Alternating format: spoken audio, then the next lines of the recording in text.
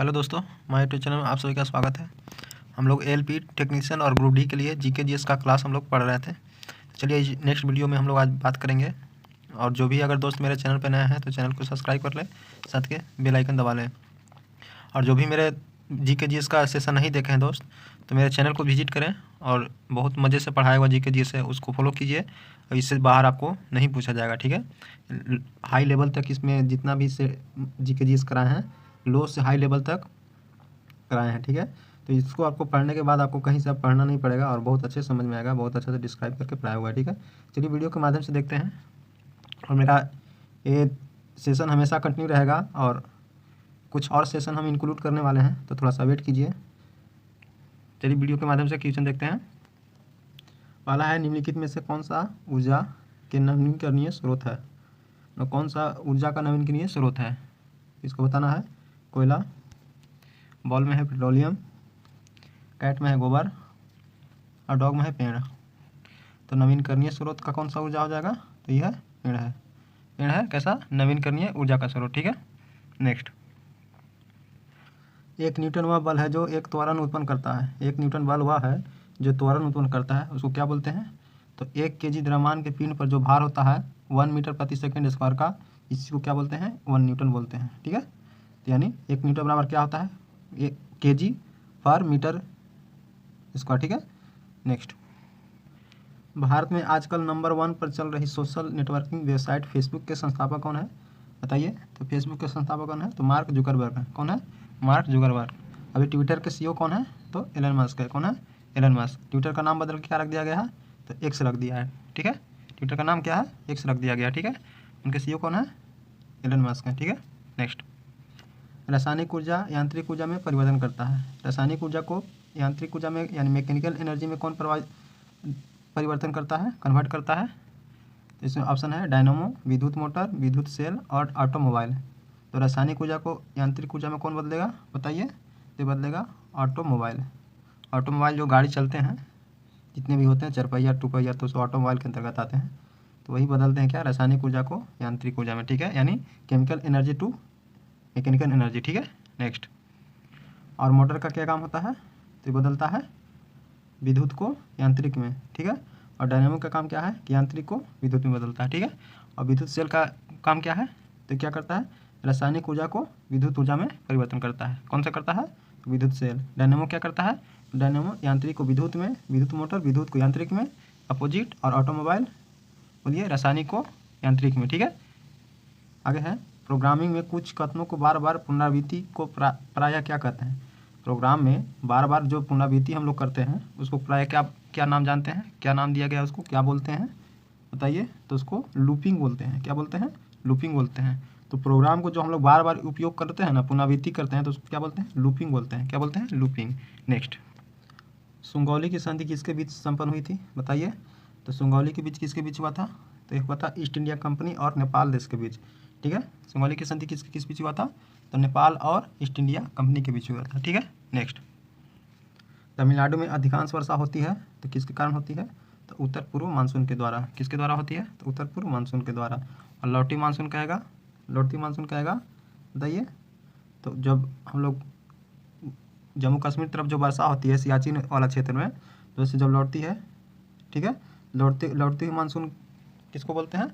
यही उत्तर पूर्व को ही बोलते हैं। ठीक है, और सबसे अधिक किस में होता है? तमिलनाडु में अधिकांश वर्षा किससे होता है? तो उत्तर पूर्व से। कि मानसून उत्तर से पूर्व तक जो आती बहती है, उसी के कारण तमिलनाडु में अधिक वर्षा होती है। ठीक है, नेक्स्ट। घास, पत्ते और मूत्र में किस प्रकार का अम्ल पाया जाता है? तो घास, पत्ते और मूत्र। ठीक है, तो इसमें कौन सा अम्ल पाया जाएगा? बताइए। तो इसमें पाया जाएगा ऑक्जेलिक अम्ल। कौन सा अम्ल? ऑक्जेलिक अम्ल। ठीक है, एसिटिक अम्ल खट्टे फलों में, आंवला हो गया, कच्चा आम हो गया, है ना, इसमें सिट्रिक एसिड पाया जाता है। ठीक है, हीट स्टोन सेतु से क्या मापा जाता है? तो हीट स्टोन ब्रिज एक पढ़ना था, तो इससे क्या मेजर किया जाता है? बताइए। तो हीट स्टोन ब्रिज से रेजिस्टेंस यानी प्रतिरोध को मेजर किया जाता है। क्या चीज़ को मेजर किया जाता है? तो प्रतिरोध को मेजर किया जाता है हीट स्टोन ब्रिज से। ठीक है, नेक्स्ट। रोलिंग प्लान की क्या विशेषताएं हैं? तो रोलिंग प्लान की क्या विशेषताएं होती है? बताइए। तो इसकी होती है,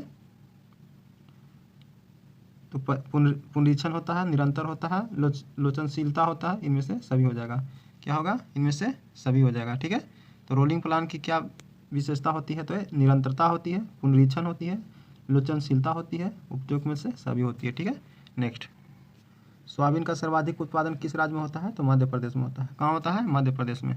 सोयाबीन में कितना प्रोटीन पाया जाता है, बताइए, 40 से 42%। ठीक है, प्रोटीन पाया जाता है किस में, सोयाबीन में। सबसे ज़्यादा प्रोटीन किस में पाया जाता है, तो मशरूम में, कितना, 84%। ठीक है, हम पिछले वीडियो में बताए हैं, तो वीडियो को अगर नहीं देखें तो जाकर मेरे चैनल को विजिट करके सभी वीडियो को देखिए, आपको एक अच्छे लेवल तक जीके जीएस तैयारी हो जाएगी। ठीक है, नेक्स्ट, और ये पश्चिम बंगाल आता है, तो पश्चिम बंगाल में सबसे ज़्यादा किसका खेती होता है, जूट का होता है। किसका होता है, जूट का। बिहार में बोलेगा तो बिहार में मखाना फेवरेट है, जो लावा टाइप का होता है उसको मखाना बोलते हैं। ठीक है, नेक्स्ट, निम्नलिखित में से किस धर्म सुधारक की मृत्यु भारत में नहीं हुई थी, तो कौन ऐसे व्यक्ति थे धर्म सुधारक जो उनको भारत में मृत्यु नहीं हुआ था, तो थे राजा राम मोहन राय।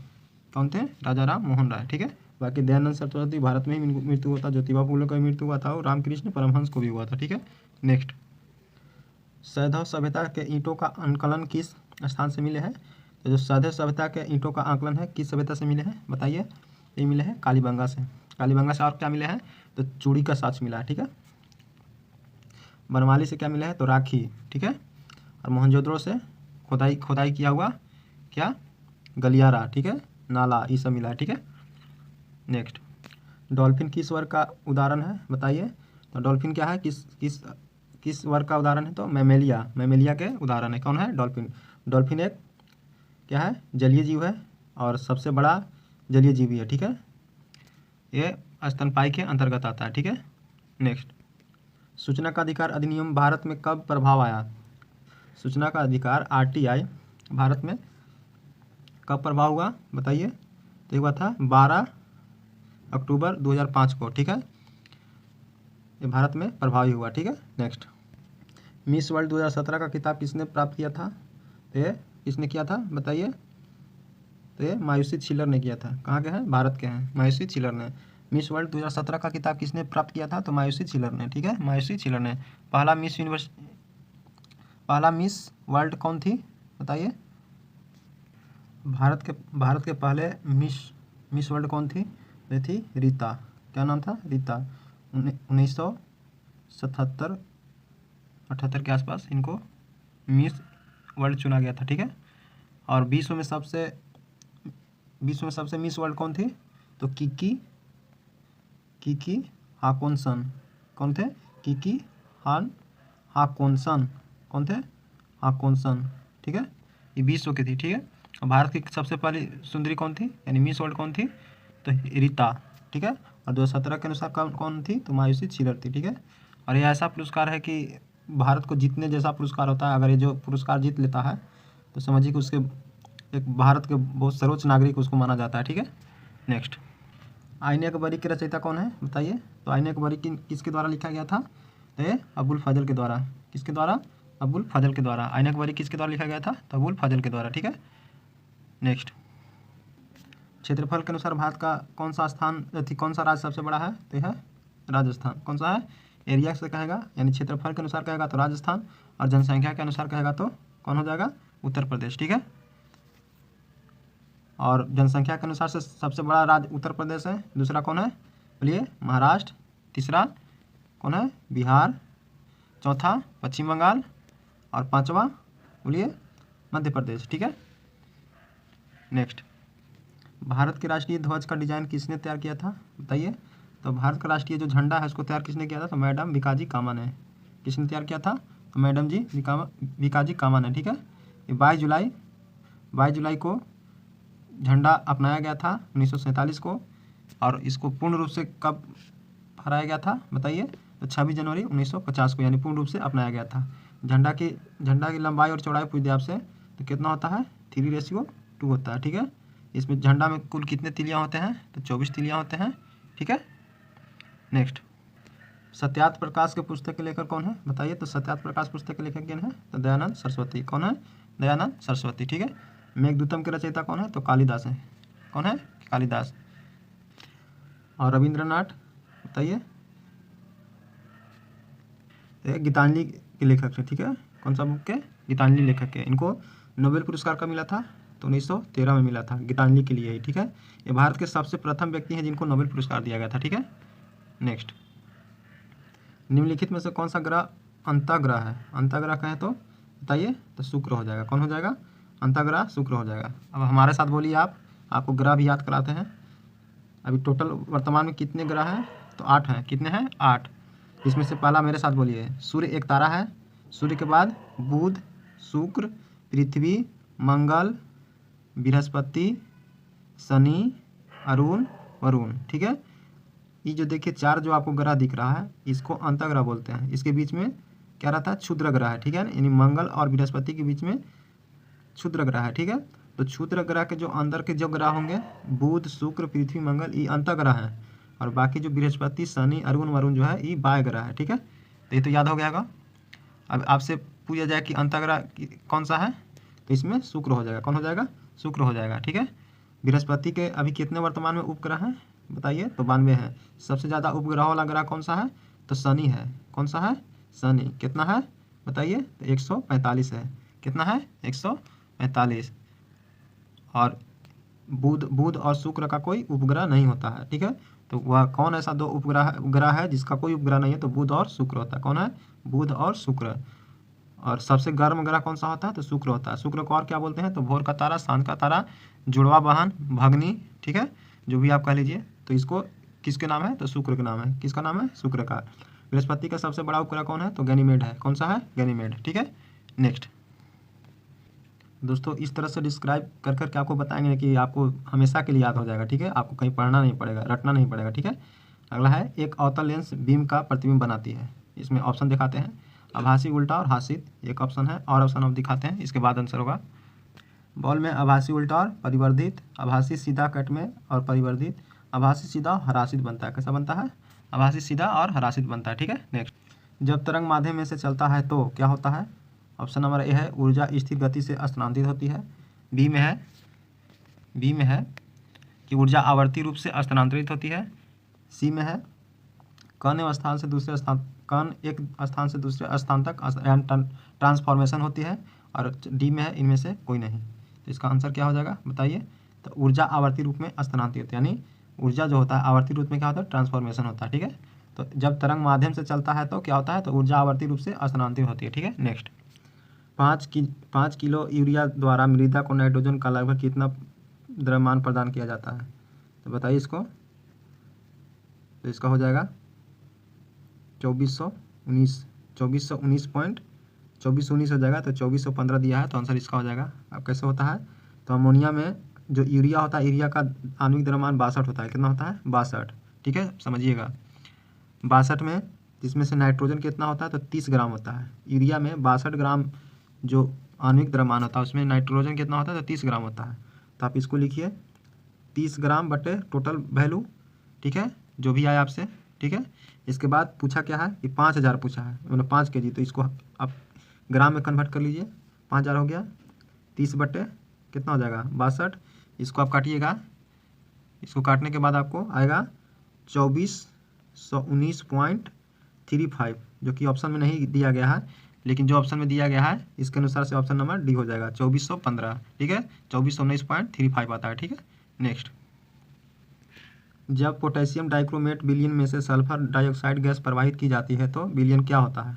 तो जब पोटेशियम डाइक्रोमेट के विलयन में जब सल्फर डाइऑक्साइड की गैस को प्रवाहित किया जाता है, SO2 को, सल्फर डाइऑक्साइड को SO2 बोलते हैं, सल्फर डाइऑक्साइड गैस को प्रवाहित किया जाता है तो क्या विलयन का कैसा कलर होता है बताइए? तो विलयन का कलर कैसा होगा? तो रंगहीन हो जाएगा, यानी क्या बोल सकते हैं? उदासीन एक तरह से बोल सकते हैं, ठीक है। नेक्स्ट, एक ठोस का वायु में वजन 50 ग्राम पर है, ठीक है, और जब पानी में पूर्णतः निमज्जित होता है तो 44 GF है। ठोस का सापेक्षिक घनत्व परिकलन कीजिए। तो ठोस का सापेक्षिक घनत्व परिकलन कैसे करेंगे बताइए? तो इसका आंसर क्या हो जाएगा? 7.6 हो जाएगा। क्या हो जाएगा? 7.6, ठीक है। नेक्स्ट, तारों तथा सूर्य की ऊर्जा का स्रोत है। तो तारों और सूर्य का ऊर्जा का स्रोत क्या है बताइए? तो तारों में और सूर्य में ऊर्जा का स्रोत क्या होता है? तो नाभिकीय संलयन होता है। क्या होता है? नाभिकीय संलयन, ठीक है। और नाभिकीय विखंडन किस में होता है? तो हाइड्रोजन बम में, जो जिससे फूटता है, फूट के जो छितरा जाता है उसको विखंडन बोलते हैं, यानी टूट जाता है। जैसे परमाणु बम हो गया, हाइड्रोजन बम हो गया। हाइड्रोजन में से नाभिकीय अंतर्नाभिकीय संलयन पर ही काम करता है, लेकिन परमाणु बम हो गया, ठीक है। तो जो बम सो बड़ा बड़ा जो होता है फूट के बिखर जाता है उसको विखंडन बोलते हैं। और जो नहीं बिखरते हैं, ठीक है, उसको संलयन बोलते हैं। ठीक है, नेक्स्ट, लाल तप्त प्लेटिनम या पैलेडियम धातु द्वारा सोख ली गई हाइड्रोजन गैस कहलाती है, क्या कहलाती है बताइए? तो उसको क्या बोलेंगे? तो पैरा हाइड्रोजन बोलेंगे। क्या बोलेंगे? Para hydrogen. तब लाल तप्त प्लेटिनम या पैलेडियम धातु द्वारा सोख ली गई हाइड्रोजन गैस क्या कहलाती है? तो पैरा हाइड्रोजन कहलाती है। ठीक है, पैरा हाइड्रोजन कहलाती है। ठीक है, नेक्स्ट, निम्नलिखित में से कौन सा निजी कारपोरेटर क्षेत्र की बचत को दर्शाता है बताइए? तो ये कौन सा हो जाएगा? तो अवितरित लाभ। अगर किसी भी व्यक्ति को अगर लाभ नहीं होगा तो कंपनी काहे खोलेगा? तो निजी कॉर्पोरेट जो होता है वो सबसे पहले वो अपना बचत खोजता है कि उसको कितना हमारा कंपनी से बचत हुआ। ठीक है, तब उसके बाद अपना निकालता है, तो जो उसको अतिरिक्त जो बचत होता है ना उसी पे डिपेंड रहता है। ठीक है, नेक्स्ट, लूनर कास्टिंग किसका है इसका बताइए? तो लूनर कास्टिंग किसका है इसका? तो इसका हो जाएगा सिल्वर का। किसका हो जाएगा? सिल्वर का। कॉपर का क्या होता है? क्यूपराइट होता है। किसका होता है? क्यूपराइट होता है। कॉपर का क्यूपराइट होता है। तो लूनर कास्टिंग किसका है? सिल्वर का है। किसका है? सिल्वर का। नेक्स्ट है, निम्नलिखित क्षार धातु में से किसकी विशिष्ट ऊष्मा सबसे अधिक होती है? तो ऑप्शन इसको दिखाते हैं। ऑप्शन नंबर ए है सीजियम, रुबिडियम, पोटेशियम और लिथियम। ठीक है, तो किसका हो जाएगा बताइए? ये हो जाएगा लिथियम का। ठीक है, आगे है, निम्नलिखित में से किस प्रकार के कोयले में उच्चतम कार्बन अंशतः प्रतिशत होगा? तो एंथ्रासाइड में होता है। कितना होता है? 96% होता है। कितना होता है? 94 से 96%। ठीक है, नेक्स्ट, किस उत्प्रेरक की उपस्थिति में प्रकाश संश्लेषण होता है? तो किस उत्प्रेरक के उपस्थिति में होता है बताइए? तो हरे पौधे की पत्तियों में उपस्थित क्लोरोफिल के कारण क्या होता है बताइए? क्या होता है? तो उत्प्रेरक की उपस्थिति में प्रकाश संश्लेषण होता है। किसका? हरे पौधे की पत्तियों में उपस्थित क्लोरोफिल के कारण होता है। ठीक है, ऐसे सूर्य के प्रकाश का ऊर्जा भी होता है, लेकिन मेनली रूप से इसी का होगा। ठीक है, दोनों जब दिया है तो आंसर इसका हरे पौधे में पत्ती से उपस्थित क्लोरोफिल होगा। ठीक है, नेक्स्ट, आगे स्वर्णिम चतुर्भुज यानी गोल्डन क्वाड्रिलेटरल। ठीक है, परियोजना किससे संबंधित है? तो भारत के 4 महासागरों के मामले में। ठीक है, भारत के 4 महासागरों को मिलाने वाले 4 लेन वाले राजमार्ग से, यानी स्वर्णिम चतुर्भुज जो होता है यानी गोल्डन क्वाड्रिलेटरल जो होता है मेनली रूप से राजमार्ग से संबंधित है। ठीक है, अगर ऑप्शन नहीं आपको याद रहे, आंसर नहीं याद रहे, तो आप इतना याद रखिएगा कि जो स्वर्णिम चतुर्भुज है वो राजमार्ग से संबंधित है। ठीक है, सड़क से संबंधित है। तो किससे है? तो भारत के 4 महासागरों को मिलाने वाले 4 लेन वाले राजमार्ग से संबंधित है। ठीक है, नेक्स्ट, गोल्जी काय का प्रमुख कार्य क्या है बताइए? तो गोल्जी काय का प्रमुख कार्य क्या है? तो इसका हो जाएगा सेल विभाजन प्रारंभ करना। क्या हो जाएगा? सेल विभाजन प्रारंभ करना। ठीक है, नेक्स्ट, आगे है, लाल रुधिर कणिकाएं होती है। तो लाल रुधिर कणिकाएं क्या होती है? तो एक या वृत्ताकार होती है, यानी प्लेट अर्धवृत्ताकार होता है। तो इसमें वृत्ताकार जो दिया गया है, तो आरबीसी जो होता है ना कैसा होता है? तो वृत्ताकार होता है। ठीक है, नेक्स्ट, मृदा से अवशोषित जल और खनिज का ऊपर पत्तियों की ओर संचलन कौन करता है? किसके द्वारा होता है बताइए? तो मृदा से अवशोषित जल और खनिज पत्तियों की ओर कौन संचलन करता है, यानी कौन ले जाता है पेड़ पौधों में बताइए? तो ले जाता है फ्लोएम। कौन ले जाता है? फ्लोएम। ठीक है, फलों तक कौन ले जाता है? तो फ्लोएम ले जाता है। ठीक है, और जलों को ले जाता है कौन? तो जाइलम द्वारा। ठीक है, नेक्स्ट, सॉरी दोस्तों, ये फ्लोएम नहीं होगा, जाइलम होगा। जो जल और खनिज को कौन ले जाता है? तो जाइलम। जड़ों से पत्तियों तक कौन ले जाता है? जल और खनिज को जाइलम। और फ्लोएम का काम क्या है कि जितना भी ऊर्जा होता है ना, जितना भी बनता है ऊर्जा, उसको फ्लोएम द्वारा सभी पत्तियों के सभी भागों में पहुंचाया जाता है। लेकिन जल और खनिज बोला है, यानी भोजन के रूप में फ्लोएम हो जाएगा और खनिज के रूप में जल के रूप में जाइलम हो जाएगा। ठीक है, तो इसमें करेक्ट आंसर जाइलम कर लीजिएगा। ठीक है, नेक्स्ट, तंत्रिका तंतु किसकी रोधी ट्यूब द्वारा परिवर्धित होता है? तो तंत्रिका तंतु जो है किसकी रोधी ट्यूब द्वारा परिवर्धित होता है बताइए? तो किसके द्वारा होता है? तो माइलिन के द्वारा। किसके द्वारा? माइलिन के द्वारा। ठीक है, नेक्स्ट, वायवीय श्वसन के दौरान ग्लूकोज का 1 ग्राम मोल कितनी ऊर्जा उत्पन्न करता है? यानी वायवीय जो श्वसन करते हैं उसमें ग्लूकोज का 1 ग्राम मोल में कितनी ऊर्जा उत्पन्न होता है बताइए? कितना होता है? तो ये होता है 38 ATP होता है। ठीक है, तो यानी 1 ग्राम श्वसन यानी 1 ग्राम ग्लूकोज में 38 ATP होता है। ठीक है, नेक्स्ट, प्रकाश संश्लेषण का प्रथम स्थिर यौगिक कौन है बताइए? तो प्रकाश संश्लेषण का प्रथम स्थिर यौगिक कौन होता है? तो अस्टॉस होता है। कौन सा होता है? अस्टॉस होता है। ठीक है, तो दोस्तों ये रहा 40 का GK/GS का सेशन, और ये सेशन एवरीडे चलाया जाता है। तो जो भी दोस्त अगर हमारे चैनल पे आते हैं तो इस वीडियो को जरूर देखा कीजिए, और देखने के बाद एक मेरा लाइक बनता है तो कृपया लाइक करके जरूर जाया कीजिए, ताकि हमको उससे ज़्यादा से ज़्यादा मोटिवेट मिल सके। तो उम्मीद करते हैं कि दोस्तों इस वीडियो को पढ़ने के बाद आपको GK/GS में कहीं दिक्कत नहीं होना चाहिए, और मेरा यही प्रयास रहता है कि ज़्यादा से ज़्यादा आपको कंटेंट प्रोवाइड करूँ छोटे छोटे वीडियो में। ठीक है, तो आप इस वीडियो को ज़्यादा से ज़्यादा शेयर करें। और ठीक है दोस्तों, मिलते हैं नेक्स्ट वीडियो में। धन्यवाद।